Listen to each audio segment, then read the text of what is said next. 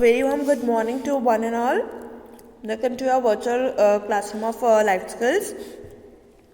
Dear students, आप ये सोच रहे होंगे कि मैंने स्क्रीन पे ये सैड इमोजी क्यों बनाई है. यूजुअली मैं हैप्पी इमोजीज बनाती हूँ, या मैंने ऐसी वाली क्यों बनाई है. आपको पता है कि दैट जो आपका चैप्टर है, दैट इज़ जो हम नेक्स्ट चैप्टर स्टार्ट करने वाला है, next and last chapter of life skills, that is the managing emotions. क्या आपको पता है इमोशंस क्या होते हैं? इमोशंस होते हैं एक तरह की फीलिंग्स कि आप उसे एक्सप्रेस करना चाहते हो. जैसे आज मैंने आपको क्लास में बहुत अप्रिशिएट करा. For example, there is a student Ram in our class. So Ram ने आज बहुत अच्छा वर्क करा. आप ये देखोगे कि उसके फेस पे हमेशा स्माइल रहेगी. ठीक है, आज राम ने बहुत बुरा काम करा. If he is a sincere student तो उसे बहुत बुरा लगेगा और वो उदास हो जाएगा. उसके फेस पे उसका जो स्माइल का कर्व है वो डाउन हो जाएगा.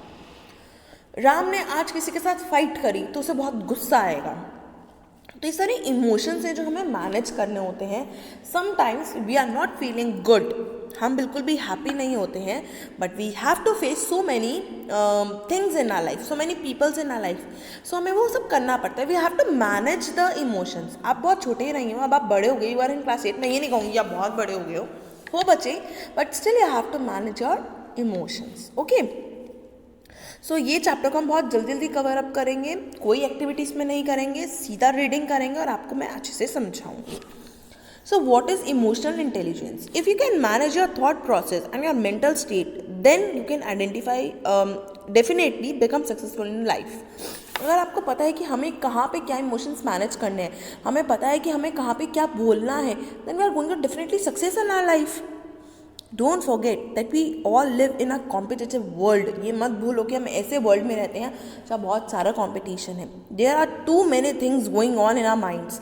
कई बार होता है ना, चल हमारा एसएसटी का टेस्ट है लेकिन माइंड में चल रहा था ओ माय गॉड इसके बाद साइंस का पीरियड है, इसके बाद स्पोर्ट्स का पीरियड है, तो हम स्पोर्ट्स में खेलने जाएंगे, तो आप शायद टेस्ट में अच्छा ना करो. सो बहुत सारी चीज़ें हमारे माइंड में एक साथ चल रही होती है. There is so much competition. कितना ज़्यादा कॉम्पिटिशन होता है. We are stressed and we want to do well. हम बहुत ज़्यादा स्ट्रेस होते हैं लेकिन हम अच्छा करना चाहते हैं. You must have heard people asking, how is performing under pressure? Is he able to do well? There are many who crumble under pressure. They may be talented, but they cannot perform under pressure. Why is that? Only some people succeed and excel, and while others fail. It is because of emotional intelligence. क्या है इसका मतलब? क्या होता है, आप लोगों ने कंपनीज में यूजुअली हमें बात करते हैं when a person is working, not in companies, when a person is working, तो हमें क्या लाइन बोलता है कि वो अंडर प्रेशर कैसे काम कर रहा है. उनको प्रेशर ज़बरदस्ती दिया जाता है, ये देखा जाता है कि वो कैसे काम करता है, क्या वो प्रेशर को हैंडल कर पाता है या नहीं. समटाइम व्हाट हैपन, जैसे आपके घर में सपोज फॉर एग्जाम्पल मैरिज है, ठीक है, तो मैरिज किसकी है? आपके सिस्टर की. तो आपके मम्मी पापा किस लिए परेशान होंगे? घर में मैरिज है, घर में मैरिज है, बहन की शादी है, कोई नाराज़ ना हो जाए, किसी का कोई सामान ना रह जाए. मतलब they are under a stress, बहुत प्रेशर होता है. लेकिन इन द लास्ट वेडिंग बहुत अच्छी होती है. सो वो क्या होता है कि हम प्रेशर को कैसे हैंडल करते हैं. बहुत स्ट्रेस होता है लेकिन शादी में क्या होना, सबके मुंह पे स्माइल रहनी चाहिए, because mamma dada are the host, उनको तो सबको ख्याल रखना ही है. इमोशनल इंटेलिजेंस में be defined as the capacity to recognize our own feelings and those for others, for motivating ourselves and for managing emotion well in ourselves and in our relationships. Relationships का क्या मतलब है? Suppose कहीं घर में होता है ना दैट मम्मी पापा की बनती नहीं है और बहुत लड़ाई करते हैं, झगड़ा करते हैं, और अल्टीमेटली उसका बर्डन किस पे आता है, उसका स्ट्रेस किस पे आता है? बच्चों पे. वी ऑल नो दैट कि अगर उनके बीच में है तो अपने आप को मोटिवेट कैसे करें, बिकॉज मम्मी पापा हैं वो आपके, नो डाउट, लेकिन रहना तो हमें है, फाइन, जीना तो हमें है. तो इसके हिसाब से हमें इमोशंस को मैनेज करके चलना पड़ता है. Second, it is important to manage emotions. क्यों इम्पॉर्टेंट है कि हम मैनेज करें? एक पॉजिटिव एटीट्यूड डेवलप होता है, स्किल्स प्रमोट होती हैं, आपका टॉलरेंस पार इंक्रीज होता है, आप मिस्टेक्स को एक्सेप्ट करने लगते हो. सिक्योरिटी, आपको इनसिक्योरिटी नहीं रहती है. आपको तो ठीक है मेरे मम्मी पापा जितना मर्जी लड़ लें लेकिन मेरे लिए बहुत अच्छे हैं, मतलब मैं सिक्योर हूँ. आपकी स्ट्रेंथ क्या है, आपकी वीकनेस क्या है, और आपको खुश रहना सिखा देती है. ठीक है, तो ये जो एक्टिविटी है ये हम नहीं करने वाले हैं. Let's move on to the next page. Steps in developing emotional intelligence, ये हम सीधा इस वाले पेज पर आएंगे. Steps in managing emotional intelligence. Each of us already has a level of skill in emotional intelligence. It's just a degree of development. It is important to know that emotional intelligence is a skill and can be developed. It is not inherent in us.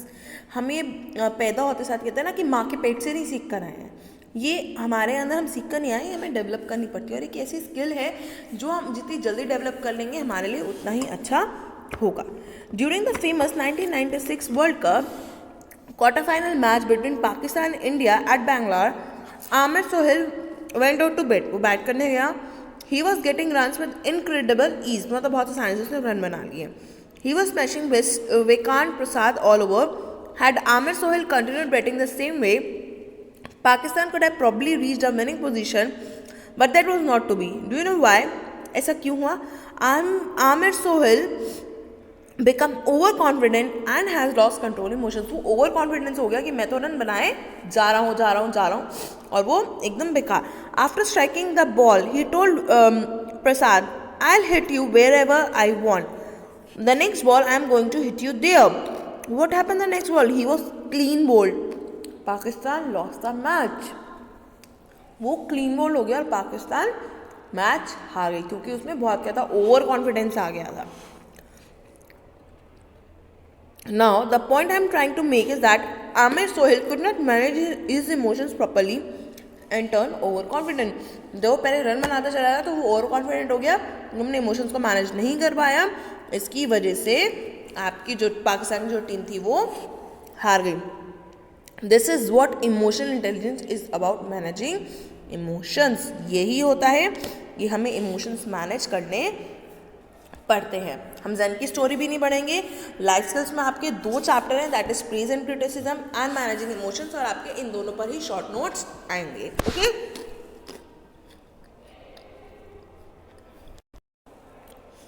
Major emotion in sports. Sports में क्या क्या major emotion होते हैं? Panic, pride, डरना, कभी कभी pride भी आता है, डर भी लगता है, सेटिस्फेक्शन भी होती है, एंग्जाइटी भी होती है, एंगर, इंस्पिरेशन, बहुत सारे होते हैं. I have found different emotional styles among athletes. Normally, frustration, anger, and all other negative emotions are checked in as long as they are performing well and the competition is going on their way. Have you heard कि जब match चल रहा होता है तो बहुत abusive language use होती है? क्यों? क्योंकि हमें गुस्सा होता है, हमें मतलब एक फ्रस्ट्रेशन होती है कि हम मैच क्यों हार रहे हैं या उसने ऐसे बॉल क्यों करी. In sports, any mistake become inexcusable. Nobody plays well when they are angry.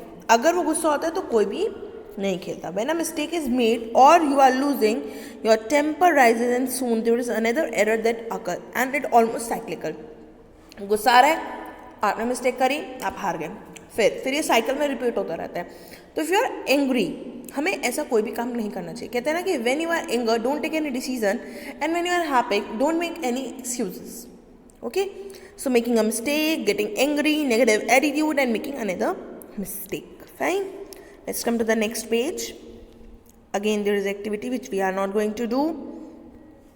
Next, assess the situation. अब हमें situation को assess करना है. Once we become more conscious how we react to our emotion, then the second stage begins. In this stage, we need to rationalize and realize the situation instead reacting to the situation.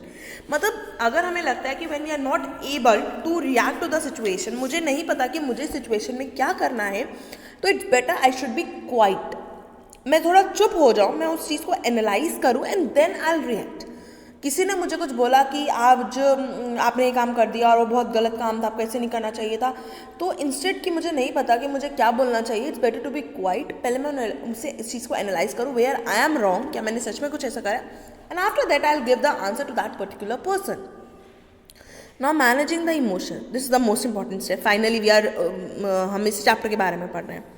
Now that we have identified the emotion and also assess the process, we need to practice managing emotion. In the process, the communication of our emotion is very important. In this context, we need to talk into consideration both verbal and non-verbal communication. अब इसका क्या मतलब है verbal and non-verbal communication? Sometimes what happen if a person is good at drawing, ठीक है, और वो नहीं बता पा रहा कि मेरे साथ ऐसा क्या हुआ है या मुझे क्या फील हो रहा है, then that person should draw. That person draw कर ले, वो लिख ले, कुछ भी कर सकता है. समटाइम्स इट हैपन कि हमारे साथ हमारी लाइफ में कुछ चल रहा होता है, कोई ऐसा होता है जो हमें bad touch, I think bad touch and good touch के बारे में आप सबको पता है. Someone is touching us very badly और हमें बहुत टाइम से बहुत परेशान करे, whether it is a girl और अ बॉय, दोनों के साथ सिचुएशन हो सकती है और हमें नहीं पता कि हम अपने पेरेंट्स को वो चीज़ कैसे बताएं, हमें नहीं समझ में आ रहा. You can use the drawing. If you can't, just write a letter to your parents. ठीक है, तो आप वर्बली नॉन वर्बली दोनों तरीके से उनसे कम्युनिकेट कर सकते हो. Next we have activity, which again we are not going to do, and at last, the last point, each person manage emotions. Each person manage emotions differently. Fine. ये एक example दे रखा है बट हम एक ही पॉइंट करेंगे. Each person manage his emotion differently. हर एक पर्सन अपने इमोशंस अलग अलग तरीके से मैनेज करता है.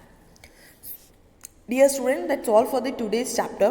This is the last chapter of your syllabus. Again and again I am saying only lesson number 5, that is the praise and criticism, and lesson number 6, managing emotion, is coming in your syllabus. Fine. Still, if you have any problem, you can contact me.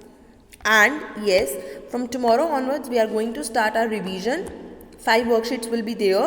I'll give you the revision schedule also.